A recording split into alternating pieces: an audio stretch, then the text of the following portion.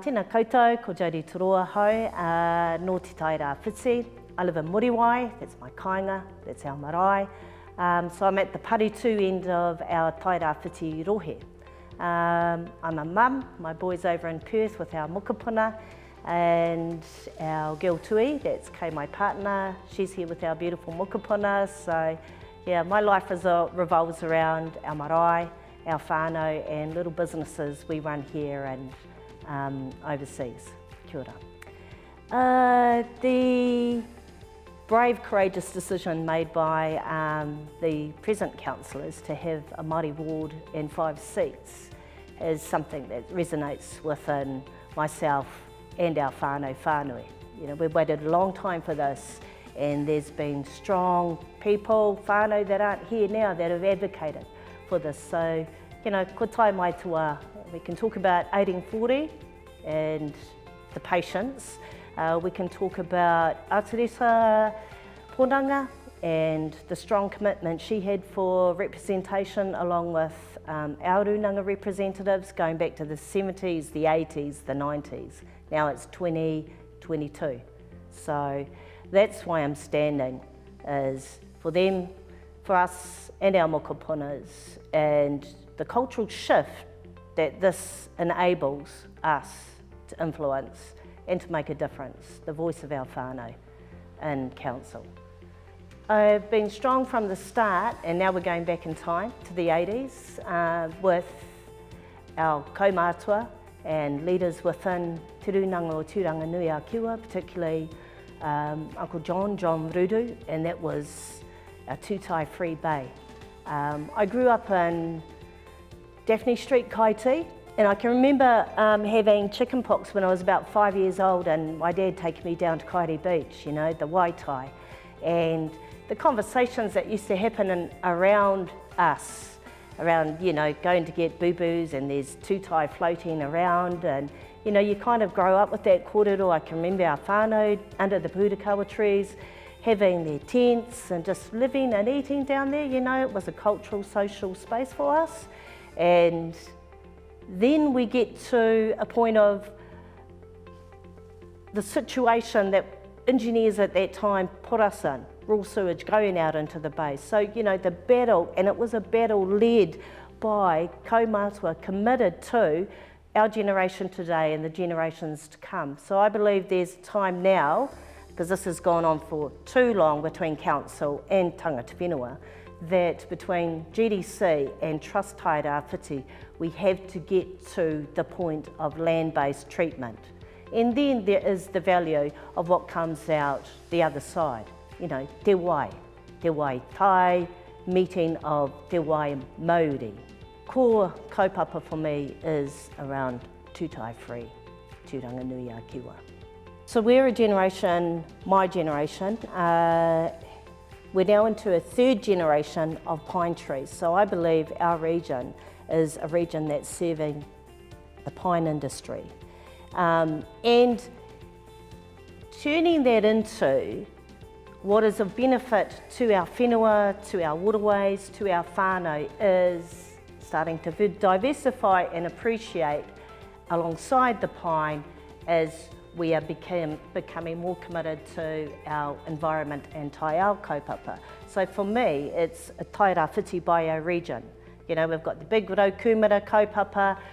Our whānau are part of the Wainaki restoration. So 11,000 hectares plus another 5 that are going to be regenerated. And then you actually start pulling together all the regeneration kaupapa that are happening around the region, like Tolaga, like Waimata, like the Kura, like so taking all those projects, linking them in and celebrating the diversity that is happening within the region. So we've seen change at Te Kuri within 5 to 10 years around restoration. So for me, leaving behind a bioregion for our tamariki and our mokopuna that actually starts balancing out this whole pine sector and bringing in the mauri of the region and all those benefits, the rongoa, the tourism, the jobs, the mātauranga space, the science space, but everyone is connected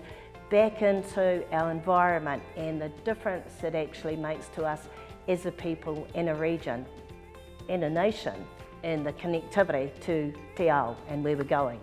Oh, absolutely. That's being part of, I suppose, us living in our communities, muriwai, you know. I've read some tribunal reports just recently about papakaenga and the issues that we've had, and they actually go back to the 19th century. And this would be reflected all the way across Tairāwhiti, the inability to house our people. And to where we are now, those issues are the same. The multiple ownership, the limitations within bureaucracy, that bureaucracy being the Crown and that bureaucracy being council. So the ability to loan, the ability to develop. What I would be looking at and pushing strongly is a framework around building consents that brings down development to streamline the development happening in our communities. It's similar to resource consents. So the bureaucracy melts itself down as a lot more supportive and a lot more efficient around what's required of us when we're building on our whenua.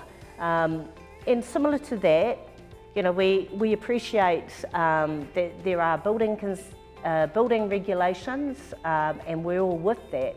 But for whānau that are in the development front end, as we are with papakaenga, there's also the other side of it as a region. And I think there needs to be a regional task force, which is representatives from iwi, representatives from the council and central government, specifically addressing housing here for Tairāwhiti in the next 25 years. And part of that pipeline has to be starting going back to what are our resources here. So part of that is our pine. So it's turning the whole pine industry and the opportunity around that back into servicing our own communities. And you know, we did this thing out at Rangiwaho, our marae, and that was milling wood, pine wood, wasteful, couldn't get, you know, any value for it, but we milled it, we treated it, and we're using it to build 30 metre squared whare.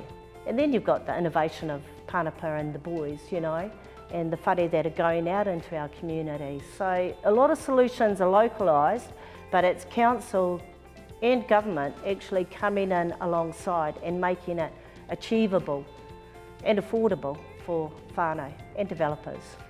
Yeah, and I'm going to come from the other end, you know. Art for me is in our landscapes, and we need to reflect our cultures within our landscapes. So from whare rata, te Aroha, matawai, let's start looking at the po that speak to the people and the whakapapa of our whenua, as well as all our manuhiri that, you know, reside with us as well, and just creative space and give support to all the creatives within our region as they develop more, you know, space like Tairāwhiti Arts Festival and, you know, social events. I mean, that's what we're here for, celebrate who we are in our regions, so that's all good.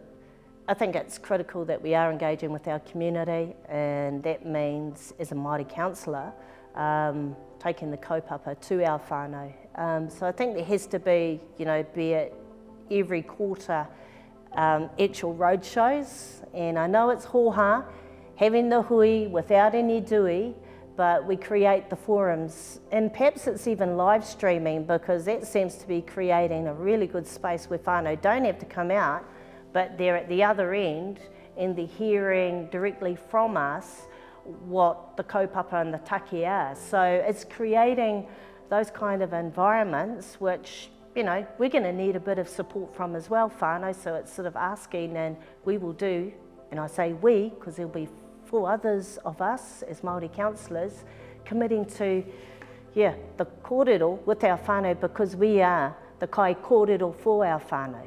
I'm looking forward to that whakawhanaungatanga, that manaakitanga with our iwi take, so reaching out to our other cultures. I don't know the forums that we have, but I'm seeing and engaging and bringing us into, yeah, those spaces and be guided you know, respect our whanaunga, but be guided on how we can have a actual committed, I suppose, yeah, have an actual committed pathway to creating valued spaces where they're part of the direction of our community and our region as well. This whole kaupapa around water, mana o te wai. So how long have we been fighting in the environmental court for Tutae Free Bay? Our iwi tāmanuhiri have had land alienated from us since 1870 for municipal supply of water. You know, that's from 1890 to 1980, and that's nearly 1,600 hectares of land.